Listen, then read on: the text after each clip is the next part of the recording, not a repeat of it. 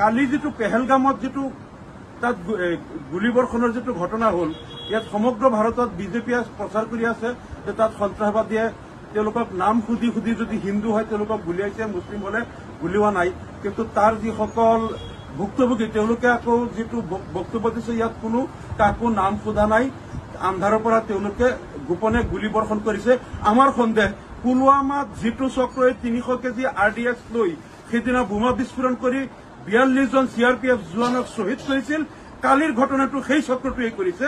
যদি কেন্দ্ৰীয় চৰকাৰে, মোদী চৰকাৰে যদি ইয়াৰো নিৰপেক্ষ তদন্ত নকৰে আৰু এই ঘটনাটোক লৈ সমগ্ৰ ভাৰতত যদি হিন্দু মুছলমানৰ মাজত এটা বৈষম্য আৰু বিভাজনৰ তেওঁলোকে ৰাজনীতি কৰে, তেনেহ'লে আমি বুজি পাম এইটো অমিত শ্বাহ আৰু নৰেন্দ্ৰ মোদীৰ ষড়যন্ত্ৰত হৈছে।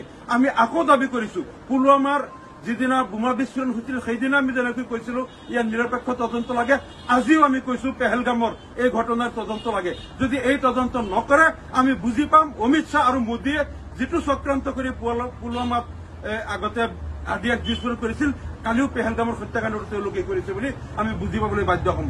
কাৰণ জম্মু কাশ্মীৰৰ প্ৰাক্তন ৰাজ্যপাল SP মালিকে এই বিষয়টো লৈ কেন্দ্ৰীয় চৰকাৰক প্ৰকাশ্যে দোষাৰোপ কৰিছিল যে 300 কেজি RDX অমিত শ্বাহ আৰু নৰেন্দ্ৰ মোদীয়ে তাত আনিছিল আৰু তেওঁলোকৰ ছত্ৰছায়াত তাত বোমা বিস্ফোৰণ হৈছিল আৰু এইটোলৈ তেওঁলোকৰ বহুত বাক বিতণ্ড হৈছিল। আমাৰো সন্দেহ কাশ্মীৰত বাৰে বাৰে এই কেন্দ্ৰীয় চৰকাৰেই এই ঘটনাবিলাক কৰে যাতে সমগ্ৰ ভাৰতত মুছলমানৰ বিৰুদ্ধে তেওঁলোকে এটা হিংসা আৰু ঘৃণাৰ ভাৱ বিয়পাই দি যাতে তেওঁলোকে ৰাজনীতি কৰিব পাৰে।